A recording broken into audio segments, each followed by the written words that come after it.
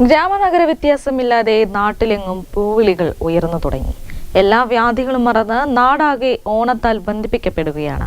അത്തദിനത്തിൽ കോഴിക്കോട് ജില്ലയിലെ ഗ്രാമീണ മേഖലയായ ചേളന്നൂരിൽ നിന്നും ഞങ്ങളുടെ പ്രതിനിധി രാജേഷ് പറമ്പിൽ തയ്യാറാക്കിയ സെൽഫി റിപ്പോർട്ടിലേക്ക്.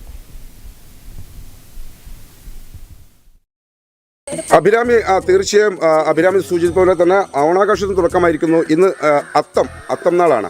ഒരു പ്രത്യേകത നമ്മൾ ഇന്നത്തെ ന്യൂസ് നൈറ്റിൽ പറഞ്ഞിരുന്നു. 2 തിരുവോണം 2 അത്തവും കൂടിയാണ് ഈ തവണത്തെ ഒരു പ്രത്യേകത. കാരണം ചില നാഴികളെ വ്യത്യാസം, പഴയ ആളുകളെ കണക്കൊക്കെയാണ്. ഞാനിപ്പോൾ ഉള്ളത് ചേളന്നൂർ ഗ്രാമപഞ്ചായത്തിലാണ്. ചേളന്നൂർ ഗ്രാമപഞ്ചായത്തിൽ എൻ്റെ സുഹൃത്തു കൂടിയായ PP നൗഷീർ ആ പ്രസിഡന്റ് വാർഡിലാണ്. അവിടെ നമ്മളെ നാട്ടുമ്പുറത്തു നിന്നുള്ള ഓണത്തിൻ്റെ ഒരു വിശേഷം എടുക്കാന്നുള്ളൊരു ഭാഗമായിട്ട് എത്തിയിട്ടുള്ളത്. ഇവിടെ നല്ലൊരു കാഴ്ച കണ്ടല്ലോ. നാട്ടുകാരുടെ മുഖത്ത് ഒരു പുഞ്ചിരിയുണ്ട്, ഒപ്പം തന്നെ പൂക്കൾ ചിരിച്ചു നിൽക്കുന്നത്. ഇത് ഗ്രാമീണ മേഖലയിൽ അമ്പലപ്പാട് എന്ന് പറയുന്ന ഗ്രാമീണ മേഖലയിൽ ഒരു പൂക്കൃഷി നടത്തിയാണ് ഗ്രാമപഞ്ചായത്തിൻ്റെ നേതൃത്വത്തിൽ.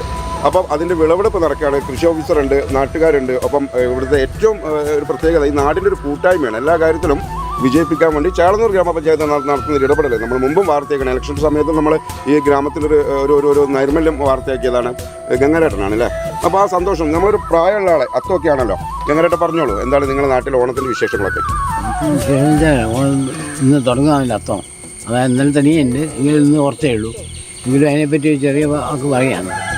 ഓണത്തിന് അത്തം മുതൽക്കാണെങ്കിൽ വേണം കളമ്പൂക്കളാലൊന്നുവേറെ കേണാർന്നതിനായി ശ്രമിക്കും കിഴാങ്ങൾ കോണപ്പുടയ്ക്കൊണ്ടു പൂർണ്ണാവകാശം എന്ന് പറഞ്ഞിട്ടുണ്ട്.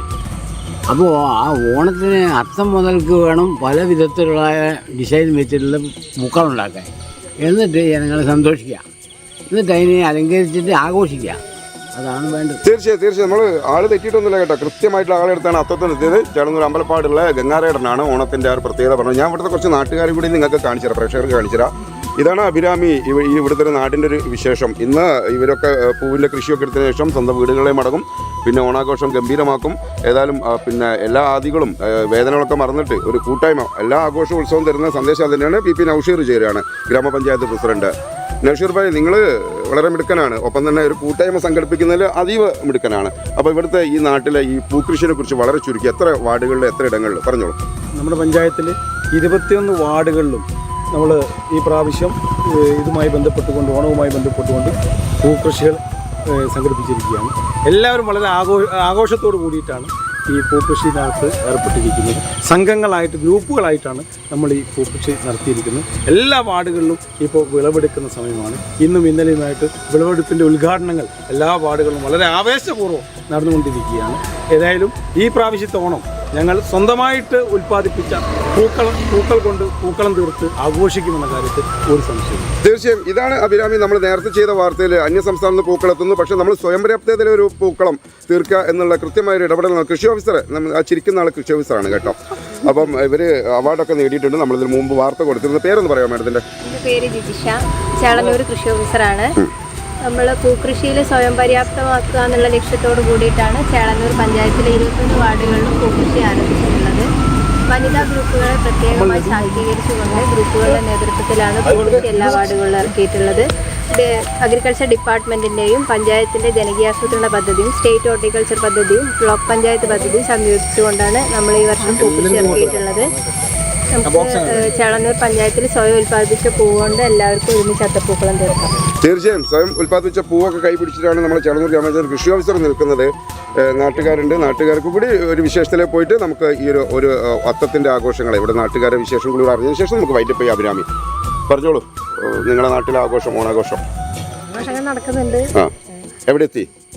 അത്തം തുടങ്ങിയിട്ടേ ഉള്ളൂ. ഇനി 14-15 ഓണം. 14-15 ഓണം 2 ദിവസം ഓണം ഉണ്ടല്ലോ അല്ലേ ഇപ്രാവശ്യം? അത്തോ 2 ദിവസം ഉണ്ടായിരുന്നു. ഇന്നലെയും അത് നിങ്ങളൊരു കാലഘട്ടത്തിൽ ആദ്യമായിട്ടാണ് അങ്ങനെ 2 തിരുവോണം 2 അത്തം വരുന്നത്?